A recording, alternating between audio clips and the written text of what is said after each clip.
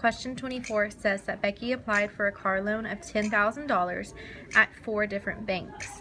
The table below shows the offers she received. Based on the information in the table, the cost of credit is lowest at. So they want to know how much credit, which is the interest, is going to be added and where it is the lowest value. You technically do not need to be solving this problem. If you did, you would have to use the simple interest formula to find the interest and add it back in. I just want you to think about this logically. If you were to have two numbers and you're multiplying, let's say that we have the numbers 3 and 4.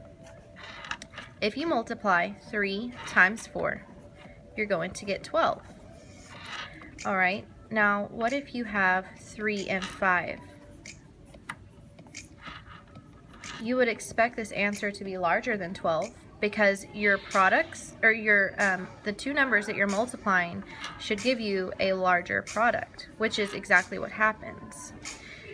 When you look at the interest formulas, which are multiplication, you're multiplying those numbers, and obviously the bigger the numbers that you use, the larger your product will be.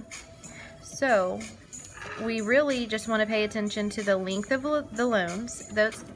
Those are the only numbers that actually change. The interest rate is the same at all of the banks. The car loan is the same amount. It's just the number of years, and that's what you're going to be multiplying. Or even if it was compound interest, it's that exponent, which is multiplying as well.